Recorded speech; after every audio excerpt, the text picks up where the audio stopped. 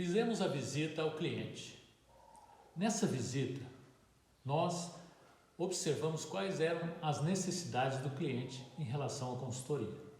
Ao mesmo tempo, observamos os processos que essa academia tem. Observamos também qual o nível de conhecimento do gestor em relação a questões administrativas e financeiras. E aí, com ele, fizemos um rascunho do processo, do mapa de processo. E agora, dentro do nosso escritório, nós vamos fazer o mapa de processo em si, com todas as suas características. É importante lembrar que mesmo sendo uma academia de boxe, que aparentemente tem um processo simples, na realidade ela tem o mesmo processo de uma grande empresa. Tem todas as áreas, logicamente, de forma característica.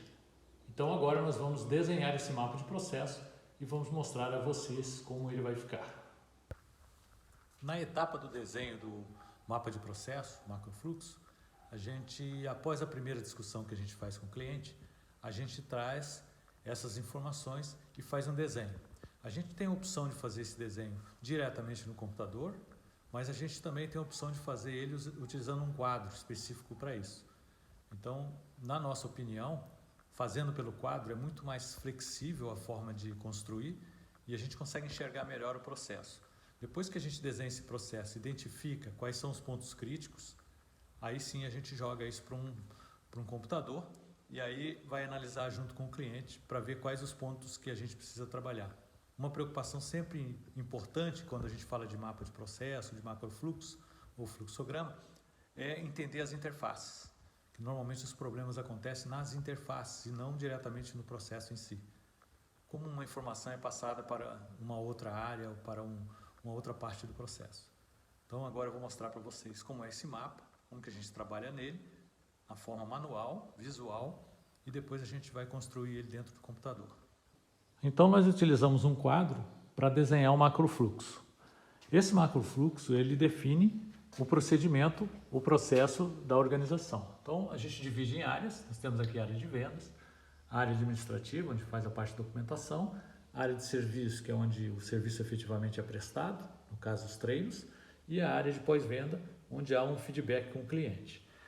Começa pela forma com que o cliente chega na empresa, no caso ele vai chegar via mídia social, via indicação ou via Google. E aí esse contato é feito através do WhatsApp. Nesse WhatsApp a gente já tem um texto padrão de explicação sobre os processos e tem também uma forma de tirar as dúvidas com os clientes. Depois disso, a gente convida ele para uma aula inaugural ou experimental e aí caso ele não aceite, a gente volta a negociar com ele, conversar com ele para ver se consegue convencê-lo. Nesse caso é um ponto crítico, a gente tem um ponto vermelho aqui marcado. Sendo um ponto crítico, a gente necessariamente vai procedimentar, colocar uma instrução de trabalho explicando como deve ser feito esse approach com o cliente. Bem, ele aceitando fazer a aula inaugural, a gente vai para a área administrativa para marcar a aula experimental ou inaugural e depois na parte de serviço, na prestação de serviço, a gente vai realizar essa aula experimental, que é outro ponto crítico, por isso a gente vai procedimentar também, criar instrução de trabalho para isso. E aí vem uma pergunta, né? O cliente, ele ficou interessado? Se ele ficou interessado, ok. Se ele não ficou interessado, a gente vai para o pós-vendas e aí conversa com ele e faz um novo contato com ele após 7 dias. Se ele aceitou, ótimo, volta para o processo para fazer uma nova aula experimental ou ele finaliza o processo aqui. No caso do cliente ter aceito, a gente vai então para a área de vendas novamente para a negociação. Na negociação, se ele aceitou o pacote padrão, a gente segue em frente. Se ele não aceitou, a gente continua a negociação para ver qual seria o pacote adequado para ele. Nessa negociação sendo aceita, nesse ponto também a gente tem um ponto crítico, então vamos procedimentar e criar a instrução de trabalho. Depois, caso ele tenha aceito, vai para o cadastro no app. Do cadastro a gente vai para a matrícula online, para o pagamento e o agendamento pelo app. Nesse caso também, essa etapa a gente vai procedimentar, ter instruções de trabalho porque são críticas, a gente já marcou como críticas aqui. Depois ele vai para a área de serviço para fazer o check-in, fazer o programa de treinamento, que é um ponto crítico também, a gente vai procedimentar, fazer o treino, fazer a avaliação depois de um período de treino.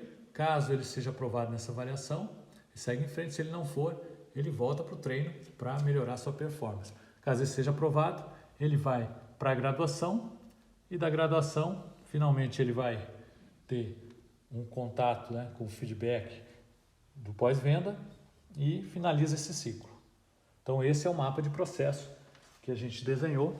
Agora a gente vai jogar esse mapa de processo no computador para discutir com o cliente quais são os pontos críticos aí, confirmar os pontos críticos, criar os procedimentos para que o processo seja bem alinhado e a gente não tenha problemas de interface. Porque normalmente num macrofluxo a gente percebe que os problemas são muito mais na interface entre um processo e outro do que efetivamente dentro da atividade em si.